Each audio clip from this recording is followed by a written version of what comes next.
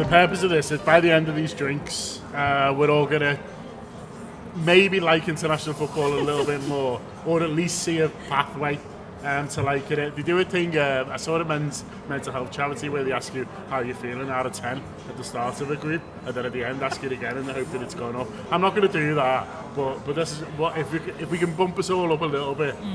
I think that'd be a good thing, because footy is fun. Yeah, Phil Blundell, it is. and you watch a lot of sport, sometimes professionally, sometimes just leisurely, for shits and giggles. Yeah. So where are you in international football?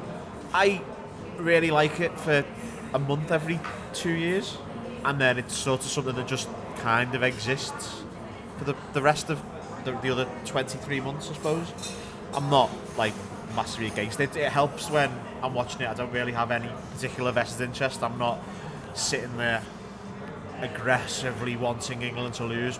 Well, I was when Roy Hodgson was the manager, but that's a completely different issue. Let's forget about Roy. Move on from Roy. But now I'm sort of, if they win, they win. If they lose, they lose. They're just two teams that are playing football. It's effectively if you're in the same position as if you were watching sort of Spanish football or Italian football, is how I am with England. And I quite like... See, I like the break every now and then.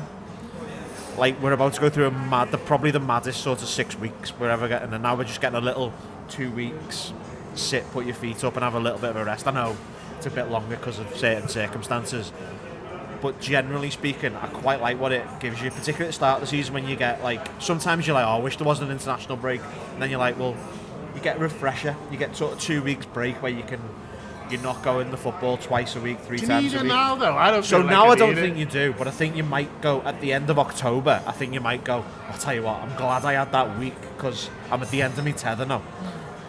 Can it not be a break just from the intensity, though, or from the Liverpoolness, or our players sort of doing your head in? I mean, Bill's gone sort of straight to the England thing there, but you don't have to watch England. I mean, you're a continental guy.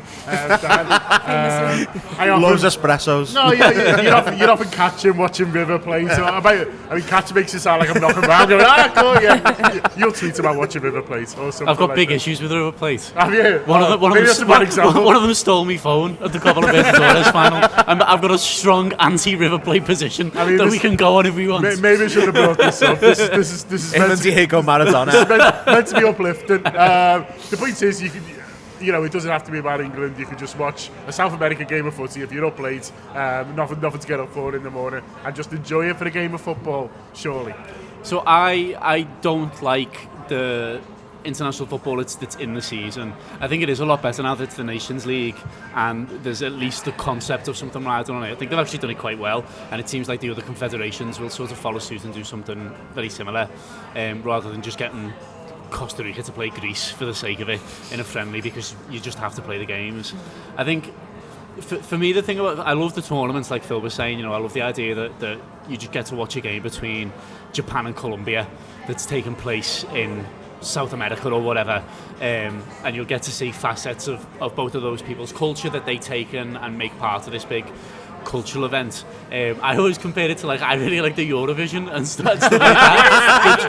It's genuinely things where lots of people from different backgrounds and cultures come together in a really colourful and outgoing way. I think and it's about great. More than the thing that yeah. Because often the thing can be shit and boring. So that Japan versus Colombia game might finish 0-0, for example. But the stuff that's going on around it, I find really interesting.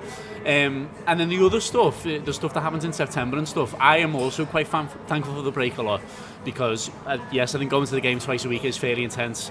I also work in sport, so having a weekend where there's no football to write about and maybe there's something else, I also quite enjoy. But also I recognise that like I really like football. All of us sat around the table really like football, but we don't have to like all of it. Yeah. Not all of it has to be for us. No, aspects of it can be for other people. So I will never really, the idea of going to England matches will never appeal to me, but I'm fine that it does appeal to other people, or whatever national team it may be. And also, loads of places depend on the income that comes from games that we might think are shit. Yeah. So the Bolivian Football Association, for example, gets all of its money from the television rights from the fact that they will play Brazil and Argentina every so often.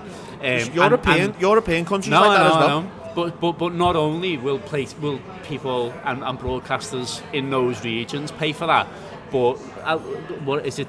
Not 11 Sports. What's that mad one? Premier Sports. Yeah. Pays for the rights for South American footy fixtures, so Brazil against Bolivia will be on in this country. So a bit of money from this country is going to Bolivia, so that then pitches can get built or at least maintained or whatever. So I understand why people are always like, oh fuck's sake, our South American players have got to go all the way and play there. But I understand as well people's concerns about like the money in football and the fact that, you know, Brazil especially do this big sort of international tour, and they'll always be playing the UAE and Qatar on a regular basis for nefarious reasons. But you know, the fact that these games take place as regularly as they do is also making sure that football in a lot of countries at significantly lower levels can actually take place. So I'm fine with us all just saying, we'll just turn the telly off and do something else for a week if we want to. Like we get an awful lot in our favour as it stands, to be honest with you. So I'm happy with the idea that there's just 10 days of footy going on that in the grand scheme of things none of us really have to pay attention to or care about, and is boxing off some people that it needs to box off.